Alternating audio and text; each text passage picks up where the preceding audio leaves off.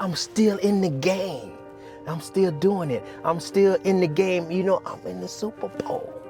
Every guy that plays football, right, and loves football, at some point, you know, you want to hit that at the top of your game. You know, you aspire to at one day, you know, you want to be that NFL player, you want to go to the Super Bowl. And for me, being the sheriff, it's like I made it to the Super Bowl. Only one of 5 undefeated. My senior year, 1983, we were undefeated. This is where we played all our high school football games right here. Panther Stadium is what we call it. Back in the day, we would call it the Panther Den. Back then, there was no tennis courts, no basketball courts, none of that. Everybody be out here practicing football, Little League, JV, varsity, all in one spot. These are the most memorable touchdowns. There was plenty now, don't get it twisted, right? This was about where it happened against Cross City, Dixie County. I never forget, Ricky pitched me the ball. I took off to this corner, and it was probably about one man to beat the guys that did some awesome blocking, and he came up too close. When he came up too close, he committed to one side, so I just took the other side. On the outside, touchdown, 65 yards. Chad Scott. Another one, Coach Bass said the play was designed to go mostly to the inside, probably the 2 or 4 hole, but what happened was it was clogged. So I visualized when I got the handoff, it was clogged and I could see it was clogged, so I just bounced it a little bit to the outside, and there was no one there. Once again, 65 yards, touchdown. The run was here, line up here, you line up here, go take off, got the ball, got a handoff right here, and it's gone, touchdown, right? All the way. but I got 2 flat tires now, so we're not gonna push it too hard. I remember those stick out to me. When I grew up in Newberry and the things that I saw as a kid in law enforcement, it was just different. To be brutally honest, you know, I don't think sometimes it was very fair, which really was one of the things that I kind of probably put into me that I wanted to be a law enforcement officer. I don't think that people really got the service that they really deserved, because when I was growing up, people didn't talk about racism much. My grandmother didn't talk about racism very much. I didn't hear about Martin Luther King. I didn't hear about the Reverend Jesse Jackson or Malcolm X. I didn't hear about that coming up much at all. You know, you would come in, you would go into the house, the people's houses, and you would see pictures of Martin Luther King and John F. Kennedy and people like that, but I really didn't know what that meant. But I think it was because it was so painful. But I remember my grandmother always talked about, people don't have to like you, and you're gonna run into problems and things are gonna happen, but you just make sure they respect you. My hometown, the way we walk through here every day, walking to school, and we, you know, I remember that house right there, that's an older house. We would walk through here. This was a bank right here. That was a bank. That was the very bank right here.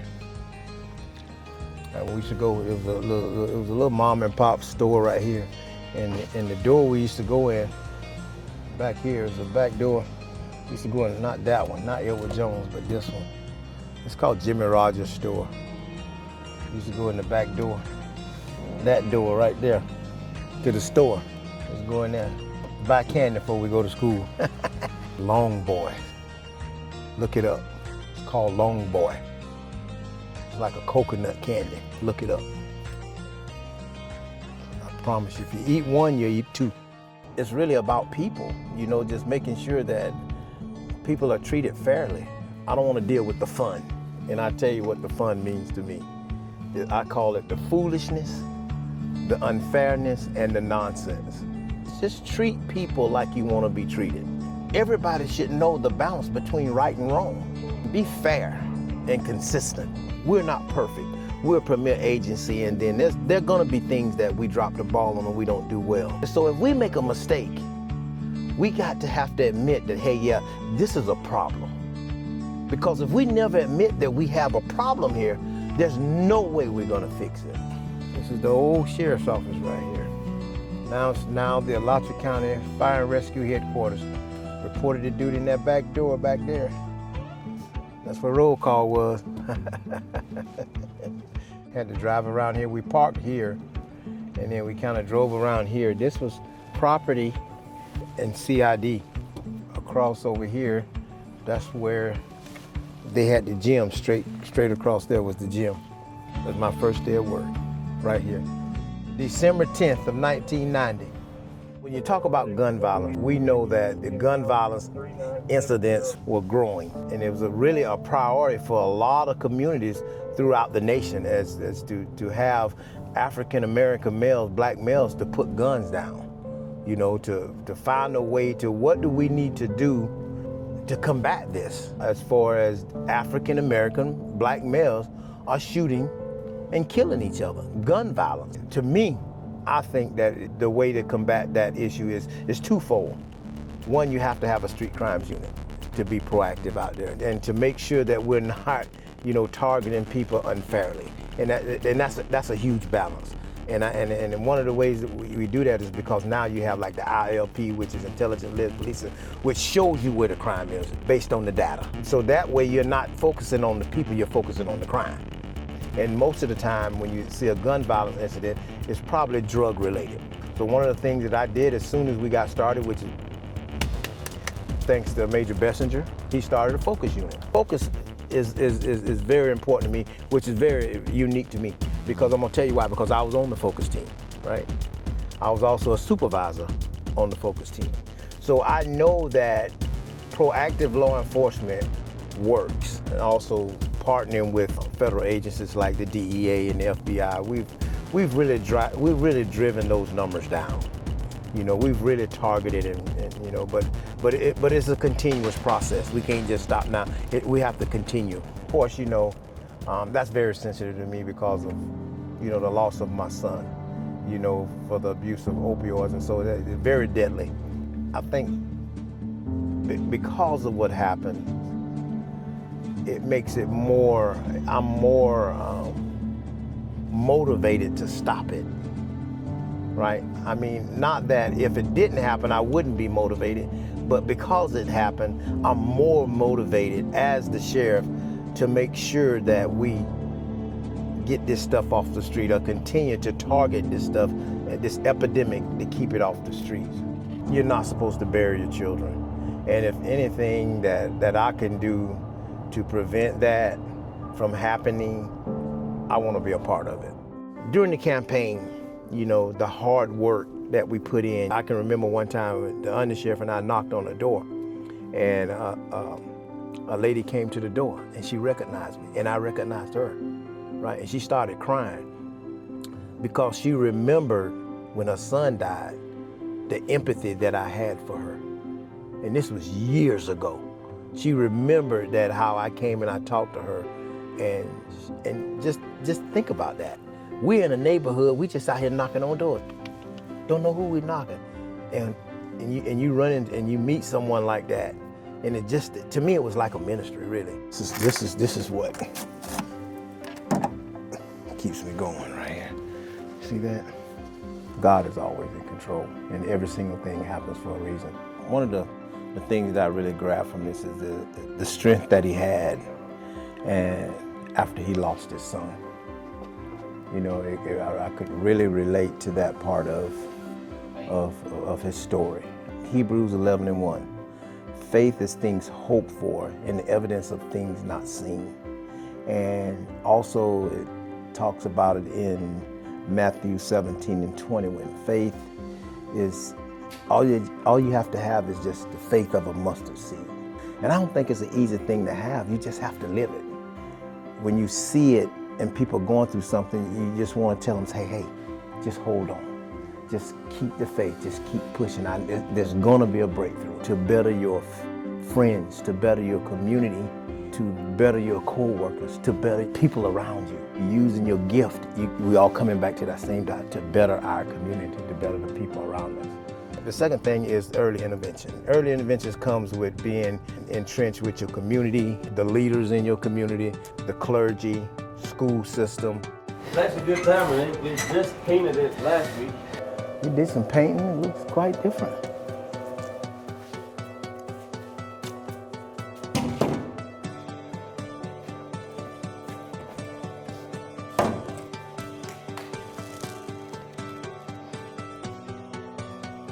That's his uncle. That's his uncle, Edwin. That's David Wallace. That's Anthony Goff. That's Al Jones. That's me and Steve. He came up and snuck up behind me, and I was getting ready to grab him. And they caught the picture. That's me. That's Pastor Miller and Nathaniel Ware. A lot of good memories. Yeah, it is. A lot of good memories. I knew he was going to do great things from the time I knew him, probably in freshman year. Yeah. We probably met in the freshman year. Yeah. And then, of course, he started playing varsity football and weightlifting for me in the sophomore year. And matter of fact, he and I were weightlifting partners. I had him in weightlifting class, and we worked out together. That photo was his senior year in our football team. That was taken in 1983. We had a great year. That was our first loss of the season. We went undefeated. We went 11-1 that year. Corner right there. Number 24. Number 24. He was very instrumental in shaping me as a person, not just as a football player, but I'm talking about as a person. Just somebody that loved me and cared about me enough to tell me the truth all the time. This is now the criminal justice building where I taught the first criminal justice class for an entire year. To kind of put it in perspective, I taught that class the same year that the incident with O.J. Simpson happened. It was a door over here, and then it was a door over there. So they've kind of reconstructed this whole building. But here's what you're not going to believe about this. In this same building is where I went to kindergarten at in 1972. In this same building, same classroom, everything. Look, come here, look at this. That's when I was a resource officer at Newberry High School. Look at that. I was yelling and talking to a student or something, I don't know. Lord have mercy. My girls gonna love that. Mental health issues are growing. We had some prior experience to dealing with mental health working at the North Florida Evaluation and Treatment Center.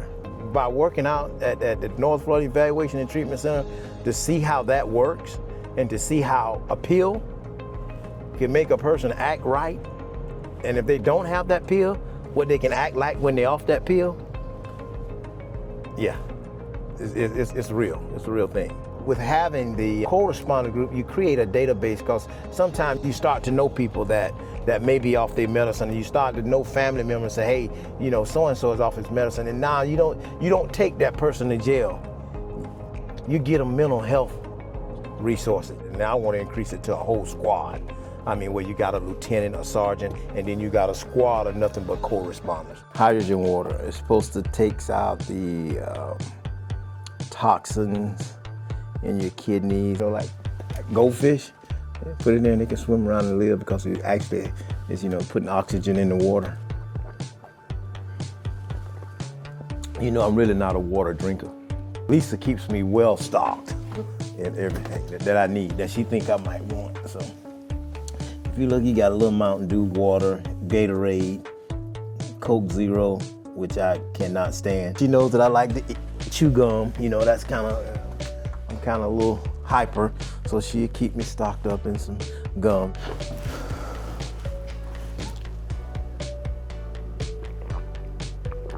I feel like it works. You know, it may be a placebo effect, but that's okay.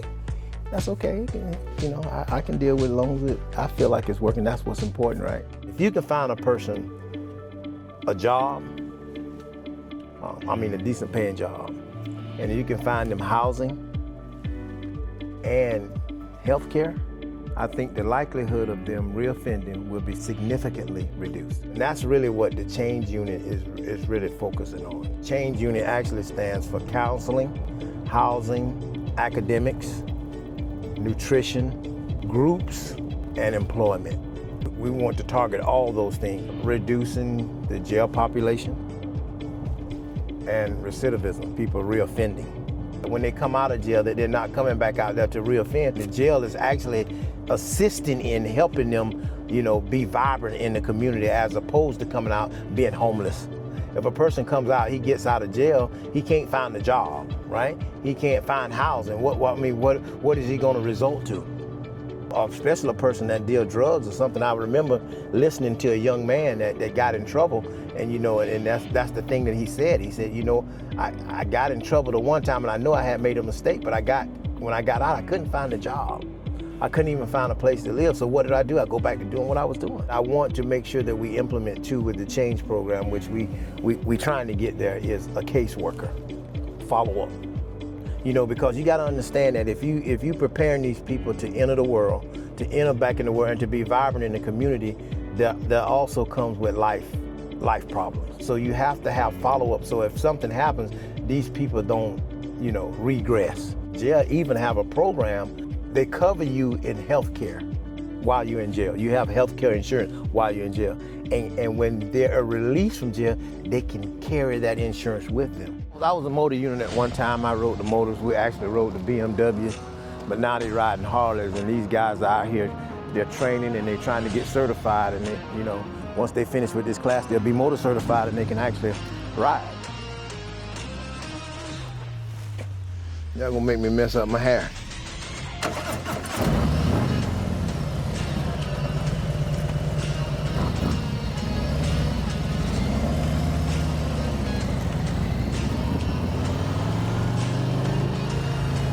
I've been trying for years to get him to get out here. Just go get on the skid pad. It's not wet. It should be fine. He just rides. He's got the right to this, right? He's got his straight. Old motor man will come back in you now. Oh, yeah. One more time.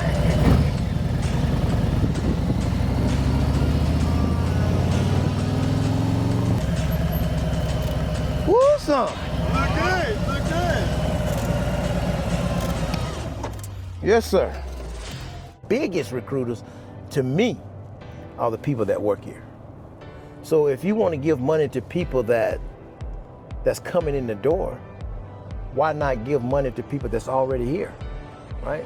Because they're going to be your best recruiters. I mean, because they're out here doing the job. They're the ones that are going to say, hey, man, I love working at the sheriff's office. We get paid this. And it's not, and sometimes, of course, a lot of times it's really not about the money when you're doing law enforcement. It's about the job that you do. But still, people need to take care of their family. So that's why it was important to me. Coming in the door, that's why we got the 3.8% raise, to make sure people are getting paid a decent wage, and we being compatible to surrounding agencies. And we continue to make sure that we implement pay scales that's going to promote better morale, a high morale. I mean, if you look at our numbers compared to when I first got here and to now, that I think we'll actually have more people in the Harper getting hired than positions that we have now.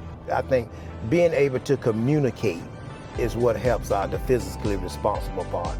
To physically, hey, this is what we need, and this is why, which really makes us very effective with our commission right now, because I'm always to put the why behind it, and this is why we need to do this, not just because we need to have it, but this is the why. Let's come to a common ground. Where I'm headed now is a Hodge farm where I used to work. Some of them boys out there working now, you can't hardly see them through the woods, but they out there working now. But as a teenager, this is where I worked at. To earn money for my school clothes, I had to buy my school clothes. And these were, back when I worked out here, these are the barns that we filled right here, with tobacco. Call them buck barns. Y'all worked hard. Y'all was a good crew. All the farmers around town, everybody wished they had y'all. Yeah. I remember my grandpa talking about it. He Y'all would have to back up and gone before the rest of them. They'd have to stay there the rest of the day. Hey, we hit it and get it, boy. I'm gonna say this, if you come, and he came multiple years, I don't remember, it's been a long time ago, and then he came even during college. Mm-hmm. So if you come back multiple years and you come back every day, you have to be a hard worker, because that's not an easy job. Mm-hmm. It is not an easy job. Mm-hmm. It is hard. It's hard work. It's hot. It's sticky. Don't mention those big old tobacco worms. They had a horn on them too. Yes, they did. To be this big, and you could throw them and it'll stick to you. Understand that it doesn't matter where you're from. It doesn't matter what type of problem that you have. You can depend on us to get to the bottom of your problem. Or you can depend on us to be fair if you call.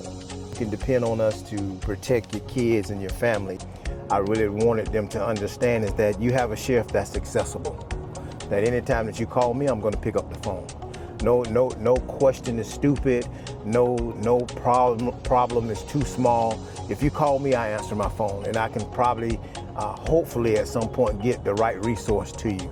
Through my leadership and everything that I stand for, and the things that, not just by my words, by the things that we're doing every day out there that you see, not just by Deputy Sheriff, but just by Community Relations Bureau, making sure that we are approachable by all people. Used to be a watermelon field at one point. We loaded watermelons out here. The North Leaks have really developed this property. It made a stone house, and you got a Mexican restaurant over there, and a whole bunch of stuff. Got a big gym over there. It's good for the community. You know, a lot of people come up here and eat. Newberry's growing. And one thing about growth is that it creates jobs for people. People get to not move all the way away from their family. They get to stay here. Good to see you, man. You too. All right, good to see you. How you doing, sir? Hey, how you doing? You doing all right? Yeah. Good to see you. Hey, how are you? I love wings, but I think I like the tenders. Me and my buddy Randy, when we come here, we get the tenders with honey hot. If you had to ask me in 1990, when I started as a deputy sheriff, that Chad Scott would be the sheriff of Alachua County, you couldn't have told me that. So it's kind of like playing in the Super Bowl. You leave a legacy, and my aunt was so proud of me that she never moved it. She put the sign there and never pulled it up. So I'm not gonna pull it up. And it's not even about me. It's about what it stands for. It's about what I can now do to make this county, this world, a better place.